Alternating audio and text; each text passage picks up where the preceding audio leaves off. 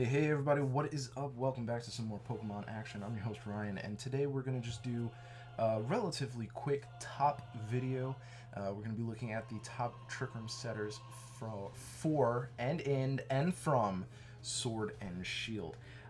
So two disclaimers before we do this. I'm not going to be giving any EV spreads for these Pokemon. I think EV spreads are very unique to your team. I think, there will be some generic spreads that are good, but I think as you build a team, you want to actually hit specific Pokemon, get hit by specific Pokemon, so I think I'm just going to leave it like that. Plus, the meta did kind of just start, so I'm not entirely sure who to build for, so we're just going to ignore that. Second is that this will be for doubles. I'm not a singles player. I don't really think Trick Room is that great in singles to begin with, but again, I'm not a singles player, so this will have doubles in mind, although I do think a lot of the points that I raise here will work for singles as well. So we're going to start with number 7, which is Jellicent. Now, Jellicent is a water ghost type. It has the defensive stats, defensive spread of 100 HP, 70 defense, 105 special defense. It gets 2 notable abilities out of its 3, which is Water Absorb and Cursed Body. I don't think Cursed Body is as useful as Water Absorb, but Cursed Body does have some niche uses, so that's something to consider.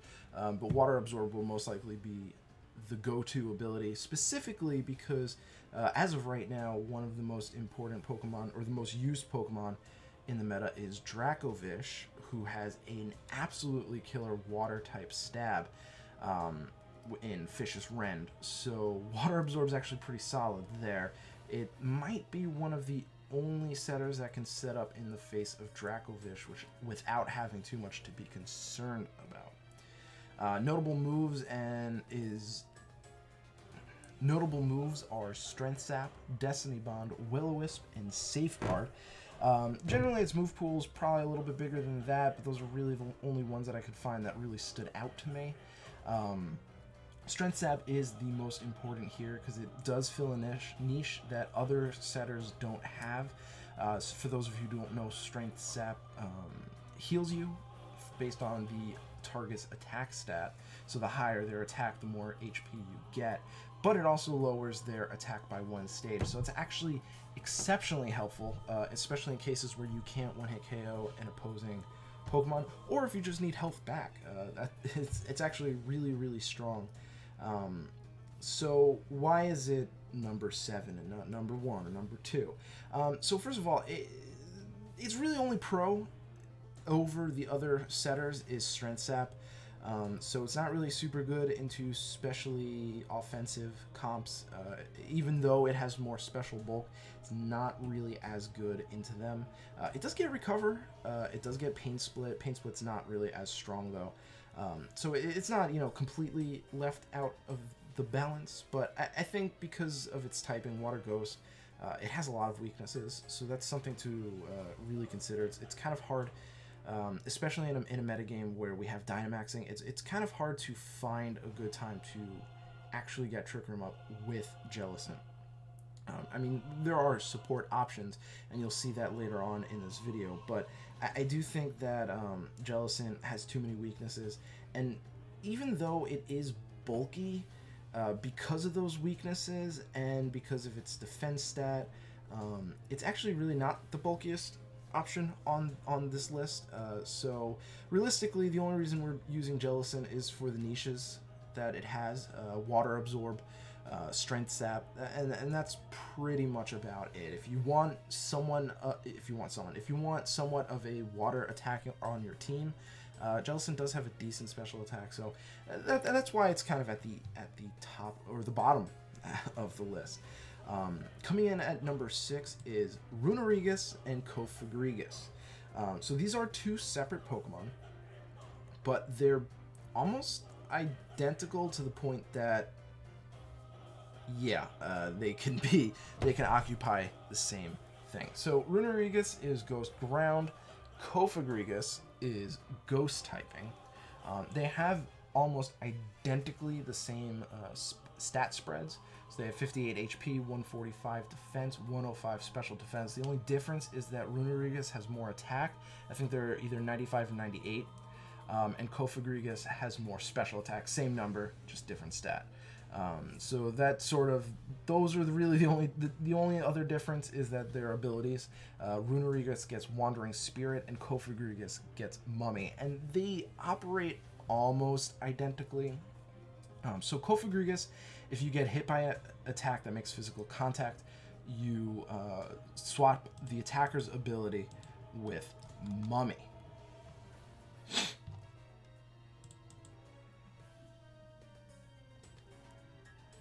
Now, for Runerigus, what happens if they get hit by a physical move that makes contact?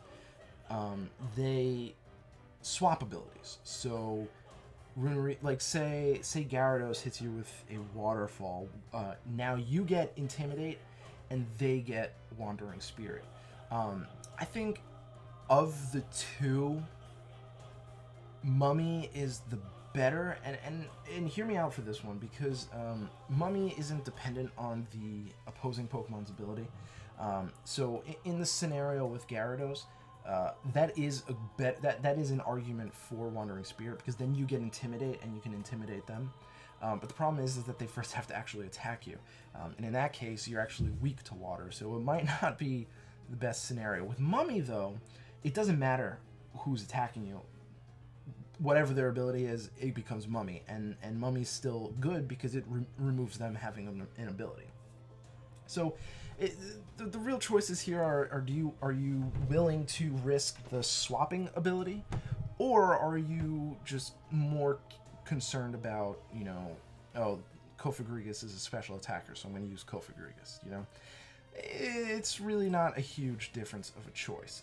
Notable moves, and again, they're move pools, I believe, are identical.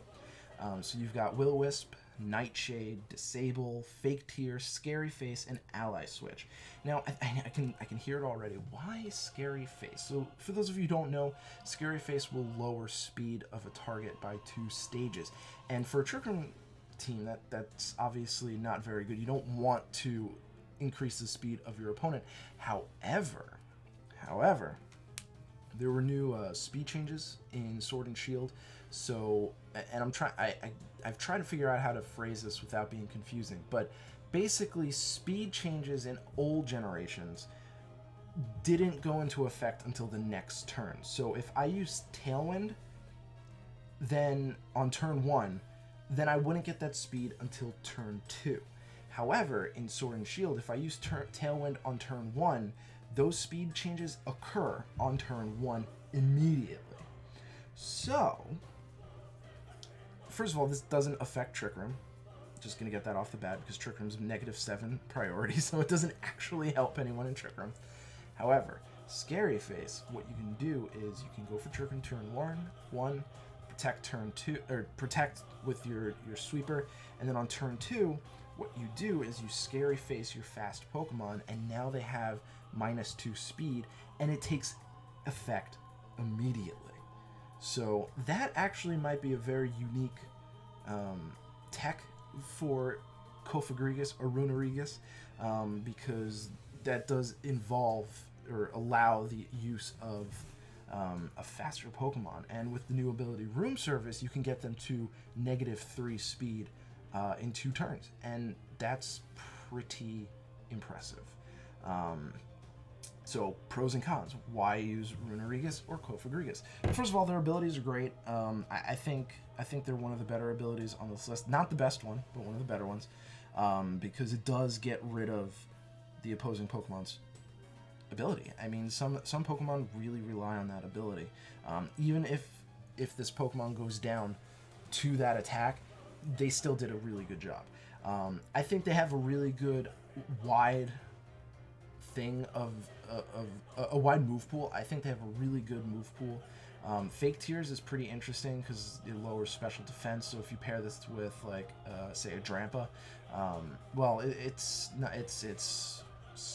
faster than Drampa, but or maybe not. Actually, don't know off the top of my head. But if you pair it with like a really high special attack sweeper, and then you just fake tears, you're just going to be knocking things out.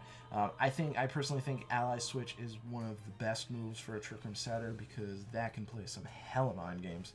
But some of the cons and why it's only number 6 is its typing, specifically Runerigus. Ghost Ground is a good typing, but it's pretty weak to a lot of things. Water is always going to be common. Grass is probably going to be common once Rillaboom drops with its hidden ability. So it has a lot of weaknesses, and that's something to keep in mind. And secondly, stats. Similar to Jellicent, in a Dynamax meta, it's really hard for Cofagrigus to get, Cofagrigus or Runerigus to get Trick Room up. They generally will need specific spreads to survive it, and then you have to be very careful. Because anyone having access to a Z move without impeding their item does make it pretty hard to set Trick Room. Not impossible, but it does make it pretty hard. So again, because of their typing and their stats, it's going to be relatively difficult, not impossible, which is why they are number 6. So moving on, we've got number 5, which is Orbeetle. I apologize for the picture. There is no official artwork for Orbeetle yet, and no one ripped the model out with a blank background, so I was stuck with this. So Orbeetle is Bug Psychic. Its defense's spread is 60 HP, 110 defense, and 120 special defense. So the notable abilities are Frisk and Telepathy. Notable moves are Reflect, Light Screen, Magic Code, Hypnosis, Ally Switch, Helping Hand, and Recover. All pretty generic, all pretty standard, all pretty useful. In addition, now for doubles right now, its Gigantamax form is banned for the first rule set. However, they have said that they will be incorporating more as time goes on. So if that ever does get unbanned, this is the only Trick Room setter on the list that gets a Gigantamax form. Obviously, you don't Gigantamax when you want to set Trick Room. You Gigantamax afterwards. This specific ability allows you to set Gravity. So when you attack, I believe it's a Psychic type attack, you use a Psychic type attack and then it drops Gravity, and that's actually pretty solid. There's some really good users of Gravity. You got Tyranitar, you've got Dracozolt with an Iron Ball. That is actually pretty good because it gets Hustle and Gravity or lowers evasiveness, so that's actually a really decent combo. So generally, and also, I mean, Gigantamax's form is really cool. I like it. It's a giant UFO, as you can see in the top right corner. So why use Orbeetle? Well, first of all, it's really bulky. Unlike Jellicent and Runerigus and Cofagrigus, Orbeetle can take a lot of the meta max moves and can take them well. So that is, first of all, really important. Second of all, its moveset. I really like its moveset. It gets what you need. You want Helping Hand. You want maybe something like Ally Switch. Hypnosis works with the Gigantamax form, although not as well as you would expect because you can't use Hypnosis while Dynamax. But it's something to consider. It does get Recovery and Recover. So I think it has really good moves. And like I said, the potential Gigantamax, I think if you want to make a Gravity Room team, this guy is going to be a staple. That's obviously niche, so it's not super important, but that's just something to keep in mind. Cons, its typing sucks. I mean, Bug Psychic is really not good. You're weak to pretty much everything that's meta. Even though you can set, it's still going to be kind of difficult to set, especially against, something like a Exeggutor Tyranitar lead, which is very common nowadays.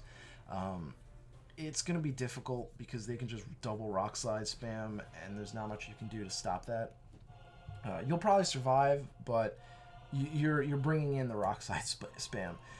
It's weak to Dragapult. It's weak to, I said Tyranitar. It's weak to Arcanine. It's weak to just pretty much everything that's going to be meta. So it may seem like that's a huge con, but I think because it's bulky enough to take multiple hits in one turn, that's going to be very, very crucial. So moving on, we've got number 4, which is Oranguru. Normal Psychic. Defensive stats are 90 HP, 80 defense, 110 special defense. Abilities are Inner Focus, Telepathy, and Symbiosis. I think they all have some use somewhere. Inner Focus is going to be the best because it prevents you from being faked out, which for literally anything that's not a ghost type, that's going to be a problem. And because this is not a ghost type, which gives you an option to set against high using ghost types. Like, we're going to see a lot of Dragapult. If you don't feel comfortable leading with a ghost type Trick Room setter, Oranguru is going to be a very good setter in that point. But, you know, like Telepathy has good options, Symbiosis has good options too. I think it just really depends on your team. I do think most people will lean towards Inner Focus, so that's you know, that's what I think is the best one. Notable moves: Instruct, Reflect, Light Screen, Imprison, Ally Switch, and Yawn. So I'm going to just talk about 2 of these real quick. Imprison I put on Oranguru specifically because it is one of the faster Trick Room setters that actually gets Imprison. So it's actually really strong into opposing Trick Room teams, especially if you run middle speed. So like if you're running like around base 60 and base 75, if you go up against a standard Trick Room team, you're going to be a lot faster. So Imprison's actually going to be a pretty strong option to counter them and just screw them over. Instruct is basically Helping Hand. It doesn't get priority, but it makes you use the last move you used, and that's actually a lot stronger than Helping Hand because it's a 2 times instead of a 1.5 times. It breaks sashes instead of just being 1 attack. And you can also use it on your opponents if you're fast enough. So there's like some niche cases where, like, say you have a Gastrodon and they used a water type move, you can instruct them again to use it to get, you know, another boost. So it's really good. And basically the pros for Oranguru is its typing is really good. Normal Psychic is only weak to Dark and Bug. Bug is rarely used as an offensive move outside of U-turn, in which case that's still really good for you. So you're really only weak to Dark, which you can mitigate with a Colbur Berry if you want. So I think Oranguru is really good in that case. Instruct is literally the best Trick Room support move in the game.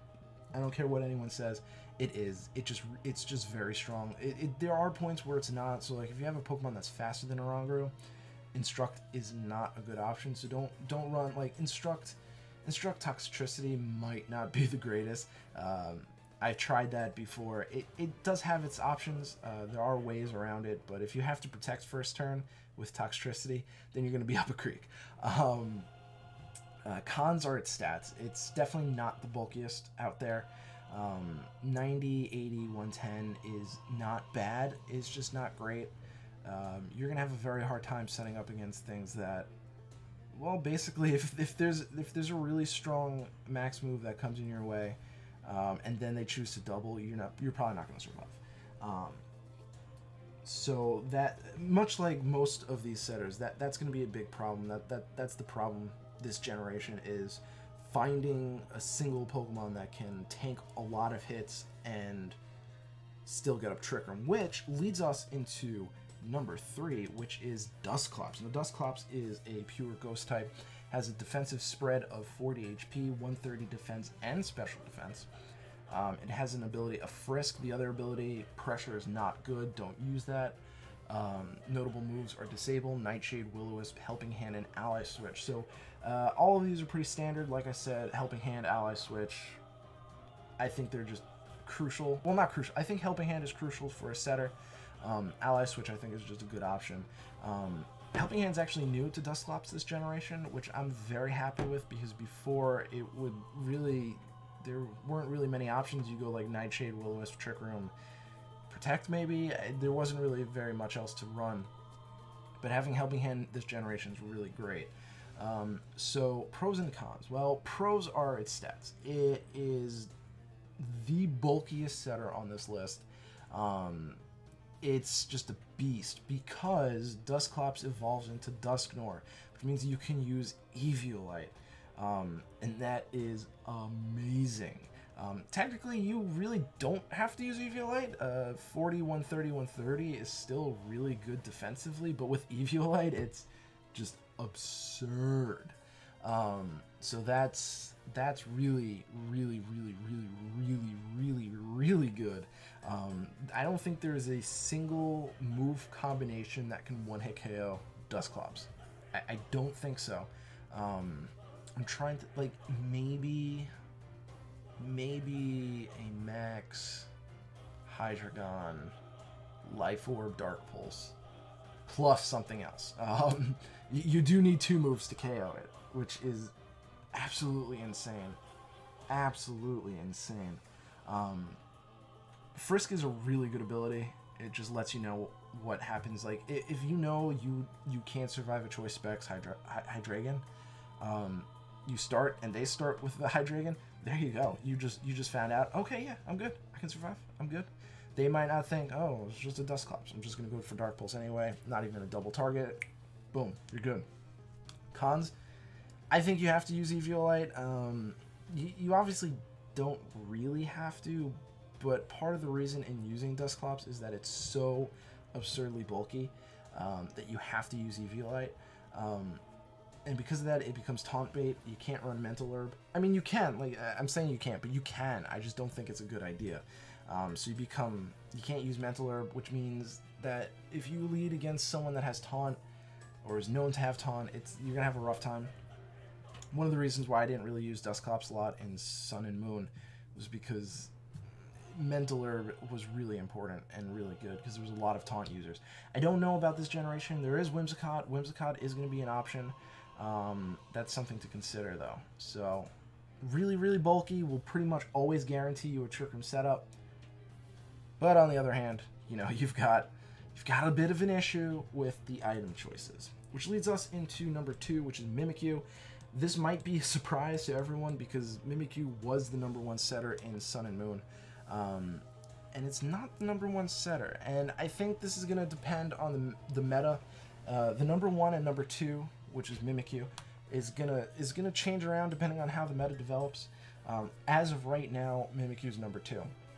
It's Ghost Fairy. Its defensive spread is 55 HP, 80 defense, 105 special defense. Its notable ability is Disguise, which allows you, it's basically a free substitute.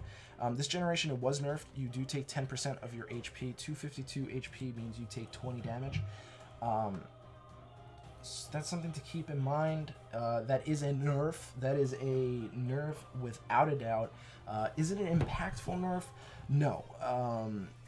What was going to KO you now what KO'd you before still KOs you now. The minus 20 HP is actually not huge. I think that was more of a nerf for 3v3 singles battles, because I don't think it really changes much. It might be a factor if certain Pokemon were around, like Kartana. Kartana, there were ways to survive Kartana before in last generation, but Kartana doesn't exist in this game, so it might not matter. Notable moves: Baby Doll Eyes, Charm, Pain Split, Light Screen, Will-O-Wisp, and Destiny Bond. Generally speaking, I used to run Trick Room, Pain Split, Will-O-Wisp, and Play Rough. However, I have found that Destiny Bond is an excellent pivot move because Mimikyu is so frail. You just Trick Room, they break your thing, you Will-O-Wisp or Destiny Bond, and then you just move into your next set sweeper. I think Destiny Bond's going to be the better option there. Baby Doll Eyes is pretty good because it's priority and you can lower attack, so if you can't get Trick Room up, that might be an option. But yeah. Pros and cons: ability. I mean, Disguise is literally one of the reasons. Is literally the only reason Mimikyu is considered. If it didn't have Disguise, this would not be a good setter. Disguise just means that you're pretty much guaranteed to take 2 attacks. There are some Pokemon that can disrupt that can still one-hit KO you no matter what you do. Its typing is amazing. Ghost Fairy is just such a good typing. Not that many weaknesses. You're weak to Ghost and Steel. That's literally it. And that's a really good thing to have. But obviously the cons are going to be its stats. Once the disguise is broken, there aren't many things that you can survive. You can EV train it to survive things, but I think this meta brought in a lot of really strong Pokemon that are not going to be able to be stopped by Mimikyu, which is why it turned to number 2. So, number 1, fanfare, drum roll. Number 1's interesting. Number 1 is 3 Pokemon. Very weird thing, yes. So the 3 Pokemon, there's a very specific strat which we'll get into. So the 2 Trick Room setters of these 3 are Hatterene and Chandelure, so Fairy, Psychic, and Ghost Fire. Indeedee is actually a support. So for Hatterene, the ability is Magic Bounce. For Chandelure, the abilities are Infiltrator and Flash Fire. Sort of mix between how the meta develops. There's a lot of Grimmsnarls out there running dual screens. There's a lot of Aurora Veil options, so Infiltrator might be a better option. But Flash Fire is still pretty good. I think Flash Fire is a good option, especially if you have a Fire Weak on your team. You just bring in Flash Fire and boom. Indeedee is going to be wanting to run Psychic Surge.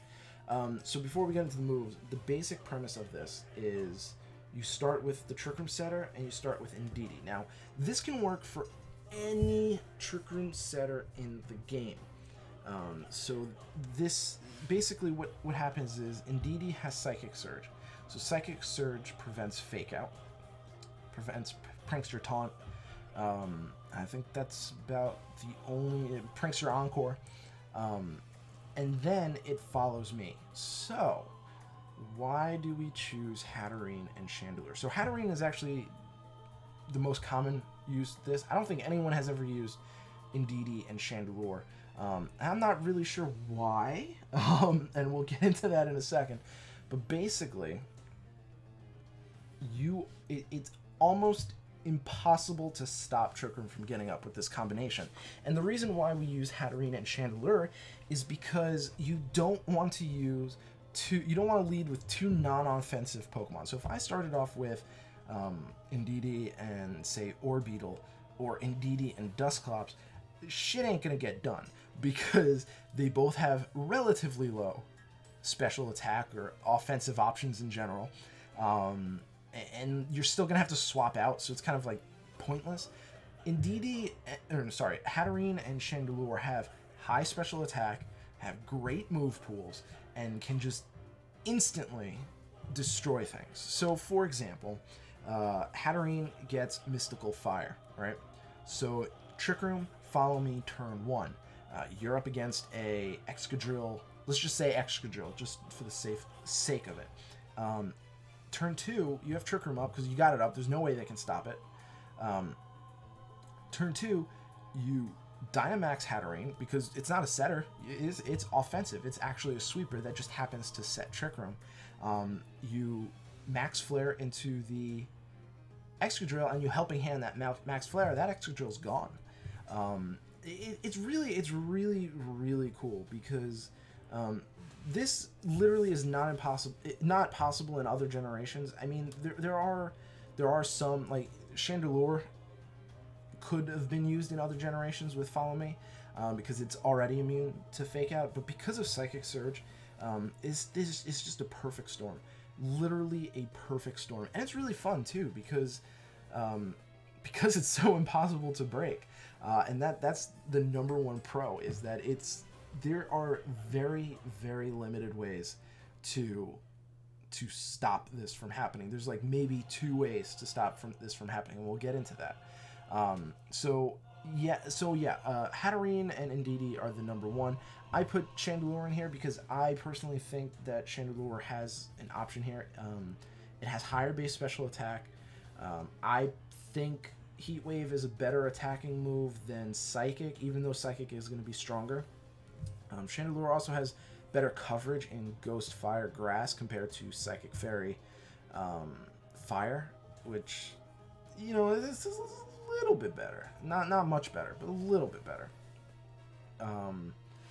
And I think, yeah, I mean, basically this pair, this combo is what's really good. So a few things to note. Heal Pulse will not work on Hatterene, but that's actually a pretty clever tech because you bounce the Heal Pulse back onto Indeedee, which means you can keep Indeedee alive. Generally speaking, Indeedee is kind of like a suicide lead. You follow me, you take 2 hits, you die. Hatterene sets up Trick Room, you bring another sweeper, and now you have 2 sweepers on the field. That's the tech. There are other ways around that. I tend to actually like Indeedee sticking around because Hatterene's really strong, Chandelure's really strong. So Helping Hand is just really strong. It does get Ally Switch, which is an option. I don't think it's a great option. I really think you want to stick with Follow Me, Heal Pulse, and Helping Hand. Just my opinion. So pros, I said, nearly impossible to stop. That's all you need. Nearly impossible to stop. The cons, spread moves. I don't think there's many spread moves that can one-hit KO either of them. So like double Rock Slide is probably gonna take out Chandelure. Rock Slide Earthquake is probably gonna, like, I'm talking about from Tyranitar and Excadrill, are probably gonna take out Hatterene. Depending on how you EV train it, I think there is a way to survive that. You're basically inviting spread spam, so you're inviting double Rock Slide, which means you are actively risking the flinch chance. That is a counter to this combination. And another counter is Duraludon and Barraskewda. So both of these Pokemon get abilities that allow them to... Oh, and I'm sorry, I'll get into that in a second. Both of them get abilities that allow them to ignore redirection. So they ignore Storm Drain, they ignore Lightning Rod, they ignore Follow Me, they ignore Rage Powder. Both of them actually have super effective stab moves against these Trick Room setters. So for Duraludon can one-hit KO Hatterene with Flash Cannon and Steel Beam. Now, there are ways around that. You can run a Babiri Berry, which will survive it. However, you pretty much can't survive Steel Beam if they have the Life Orb or higher. And with Chandelure, there's Liquidation, which you can't really survive. Another thing is that Inteleon's signature ability, signature attack, Snipe Shot, also ignores Follow Me. So I've been playing around with EV spreads, and personally, I think it's just not worth it to try and survive these, because if you try and survive these, you're gonna have an issue. So I run Focus Sash. That's just an option, but you do have options on all of them, so that's something to consider. The anti-Follow Me is not 100% guaranteed kill, which is why this combo is really strong. And the final con is that these 2 leads are kind of